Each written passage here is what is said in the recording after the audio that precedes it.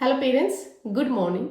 चलो आपके बच्चे का एक छोटा सा चार्ट बनाते हैं पिछले 3-4 महीने का कि बच्चे को कितनी बार सर्दी खांसी हुई और आपने कितनी बार एंटीबायोटिक्स दिए।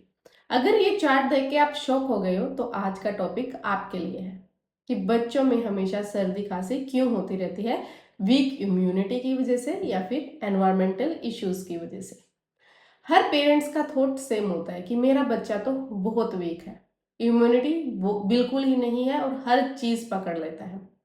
बट एक इमेजिन कीजिए ऐसी सिचुएशन जहां पर सेम क्लास में 30 बच्चे हैं। सब बच्चे एक ही सिटी से आते हैं, एक ही सीजन में सिमिलर स्कूल में पढ़ रहे हैं। फिर ऐसा क्यों होता है कि एक बच्चा हमेशा सिक होता है और दूसरे बच्चे कंपैरेटिवली स्टेबल होते हैं? क्या सिर्फ वीक बॉडी का इशू है या फिर जो एनवायरमेंटल इश्यूज हैं, लाइफस्टाइल इश्यूज हैं और डेली की हैबिट्स हैं उनको हम अंडर एस्टिमेट कर रहे हैं? सबसे पहले क्यूरोसिटी मैं यहाँ पर क्लियर कर देती हूँ कि जो छोटे बच्चे हैं, स्पेशली जो डे केयर में जाते हैं या प्री स्कूल में जाते हैं, उनका मल्टीपल टाइम्स वायरल पकड़ लेना नॉर्मल है, क्योंकि ये इम्यूनिटी को ट्रेनिंग देने जैसा होता है। For them it's fine, but फिर भी हमें सुपरविजन लेके चलनी है। लेकिन जब हर 10 से 15 दिन में फुल एपिसोड हो, फीवर, सर्दी, खांसी, डॉक्टर, फार्मेसी, रिपीट, यही चक्कर पेरेंट्स के लग रहे हैं, तो हमें समझना चाहिए कि कितना एनवायरनमेंट का इशू है, कितना उसका रूटीन है और हम अडल्ट्स के डिसीजन बच्चे को कैसे अफेक्ट कर रहे हैं। सोचो, अगर बच्चा एक छोटे स्पॉन्ज की तरह है जो सिर्फ जर्म्स को नहीं एनवायरनमेंट को भी एब्जॉर्ब करता है, तो आपने खुद से क्वेश्चंस पूछने कि क्या आपके घर में कोई स्मोक करता है, बैल्कनी में जाके करता है, विंडो पे करता है, किचन में करता है, कहीं भी करता है? बच्चे के लंग्स ये डिफरेंस नहीं समझ पाते, क्योंकि बच्चे के लिए स्मोक स्मोक ही होता है। या आपका घर ज्यादातर क्लोज रहता है, एसी, क्लोज्ड विंडो या फिर कम वेंटिलेशन है। बच्चे के अराउंड कम सॉफ्ट टॉयज हैं, कारपेट्स है या हैवी कर्टेन्स है जो महीनों से वॉश नहीं हुए हैं। बच्चा कितनी देर इंडोर प्ले करता है, कितनी देर आउटडोर प्ले करता है, कितनी देर बच्चा डे केयर में रहता है, प्ले एरिया में रहता है या फिर मॉल्स में जाता है। कभी कभी वीक इम्यूनिटी के नाम पर हम जो देखते हैं वो सच नहीं होता, बल्कि जो दूसरे कांस्टेंट वेरिएंट्स होते हैं वो बच्चे के लिए, और वायरसेस अवेलेबल हैं इन सारी प्रेमिसेस में, वो बच्चे के लिए वायरस का ओवरडोज होते हैं, जिसमें बॉडी थक जाती है बार बार फाइट करके। इमेजिन करो कि जो बच्चे की इम्यूनिटी है वो एक मसल की तरह है। अगर हर बार थोड़ी ही सर्दी खांसी होने पर हम बच्चे को तुरंत हैवी मेडिसिन या अननेसेसरली एंटीबायोटिक्स दे दें, तो क्या ये मसल स्ट्रोंग होगा या फिर लेजी हो जाएगा? कभी कभी वायरल कॉमन कोल्ड हुआ है तो उसमें हमें बच्चे को नेचुरली स्टेबल होने देना चाहिए कि 3-4 दिन, 5-6 दिन बच्चे का इम्यून सिस्टम, क्योंकि बच्चे का इम्यून सिस्टम खुद ट्रेनिंग ले रहा है उसे, तो वो खुद ठीक हो जाएगा जस्ट विद पैरासीटामोल। अगर हाई एपिसोड्स हैं हाई टेम्परेचर के, तो हर बार तुरंत एंटीबायोटिक देने से बैक्टीरिया भी रेजिस्टेंट हो जाता है और नेक्स्ट टाइम जब आप एंटीबायोटिक देंगे तो वो बच्चे के ऊपर इफेक्ट नहीं दिखाएगी। अगर बच्चे का इम्यून सिस्टम आपको मैसेज देता है कि मुझे फाइट करने दो, मुझे मेडिसिन नहीं चाहिए, तो प्लीज रुक जाए। ऑफ कोर्स अगर डेंजरस सिम्टम्स है, फॉर एग्जांपल हाई फीवर है, बच्चे को ब्रीदिंग डिफिकल्टी है, लेथार्जी है, ये सब इमरजेंसी सिम्टम्स है, तो आपको अपने डॉक्टर के पास तुरंत जाना चाहिए। लेकिन हर छोटे कोल्ड को इम्यूनिटी फेल का लेबल नहीं देना चाहिए, क्योंकि इम्यूनिटी बनेगी बच्चे की ट्रेनिंग से। अगर हम बच्चे को नेचुरली रिकवर होने देंगे तो बच्चे की इम्यूनिटी ट्रेन हो रही है और वो एक टाइम के बाद स्टेबल भी हो जाएगी।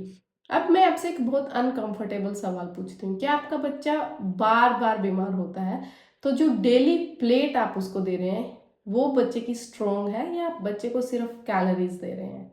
चलिए सेल्फ चेक करते हैं कि आप बच्चे के ब्रेकफास्ट में बच्चे को real food, for example eggs, दाल चीला, पोहा, पराठा, दही, फ्रूट्स, ये सब दे रहे हैं या फिर सिर्फ मार्केट वाले cereals, chocolate spread, biscuits, bread jam खिला रहे हो? दूसरा क्वेश्चन, आपका बच्चा पूरे दिन में कितना पानी पीता है? और सबसे इंपॉर्टेंट एंड तीसरा क्वेश्चन, क्या सीजनल फ्रूट्स और सीजनल वेजिटेबल्स आपने बच्चे की प्लेट में ऐड किए हैं कि नहीं?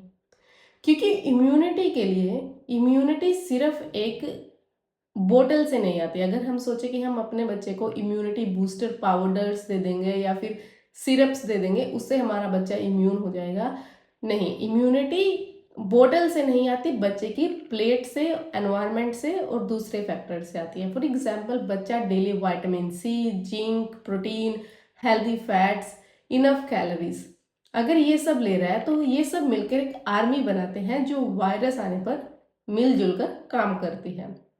अब अगर बच्चा बार बार बीमार हो रहा है, थका रहता है, चिड़चिड़ा रहता है, तो हमें इसके पीछे का स्लीप साइकिल समझने की भी जरूरत है। हमें समझना चाहिए कि बच्चा रात में कितना सो रहा है, कितने बजे उठ रहा है, या बच्चे ने जब सोने लगा था उससे कितना टाइम पहले स्क्रीन देखी। क्रोनिक नींद की कमी में बच्चे का जो बॉडी का डिफेंस सिस्टम है वो अक्सर लो गियर में चला जाता है। ऐसे बच्चे इजीली इन्फेक्शन पिक कर लेते हैं और फिर रिकवरी भी स्लो होती है। स्कूल या फिर टिफिन शेयरिंग और जो क्लोज्ड क्लासरूम्स है वो वैसे ही वायरस का बुफे सिस्टम होते हैं, और अगर ऊपर से हम बच्चे को नींद भी कम दे रहे हैं तो हमेशा सर्दी खांसी होना बच्चे के लिए नॉर्मल प्रैक्टिस बन जाता है। हम पेरेंट्स भी सरप्राइज्ड नहीं होते। कुछ केसेस में फ्रीक्वेंट इन्फेक्शन सिर्फ एनवायरनमेंट से नहीं, अंडरलाइंग मेडिकल साइन का भी इशू हो सकता है, तो पेरेंट्स को डॉक्टर से जरूर डिस्कस करना चाहिए। साल भर में बहुत ज़्यादा सीरियस इन्फेक्शन अगर बच्चे को रहे हैं, for example pneumonia, ear infection, sinus infection, या फिर कोई भी इन्फेक्शन एक हफ्ते से ज़्यादा जा रहा है, बच्चे का वेट या फिर हाइट अच्छे से नहीं बढ़ रही है, बच्चा बहुत ज़्यादा लेथार्जिक और बिल्कुल एनर्जी नहीं है, या कोई भी अनयूजुअल सिम्टम्स है, तो यहाँ पर सेल्फ डायग्नोज ना करें और मेडिसिन खुद से देना स्टार्ट नहीं करें। आप अपने स्पेशलिस्ट पीडियाट्रिशियन से मिले और बच्चे के सिम्टम्स के बारे में अच्छे से बात करें। बट कंक्लूजन में अगर बात करें कि आंसर क्या है, फिर बच्चे की इम्यूनिटी वीक है या बच्चे का एनवायरनमेंट गलत है? सच थोड़ा सा मिक्स है।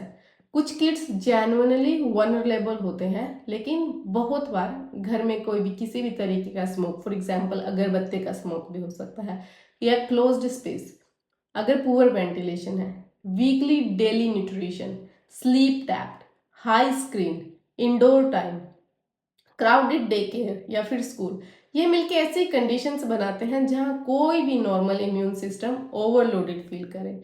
इसका मतलब प्रॉब्लम सिर्फ बच्चे के अंदर नहीं है, हम सबके अराउंड है। तो बच्चे का एनवायरनमेंट क्या होना चाहिए, ये हमें अच्छे से डिस्कस करना चाहिए। और हमारे पास अगर कुछ भी ऐसी चीज़ अवेलेबल है, फॉर एग्जांपल कर्टेन्स, कारपेट्स, जहाँ पर पोलन्स अवेलेबल हो सकते हैं, या फिर बच्चे को साइनस की प्रॉब्लम है, तो हमें डेली क्लीनिंग्स में इन्वॉल्व होना चाहिए।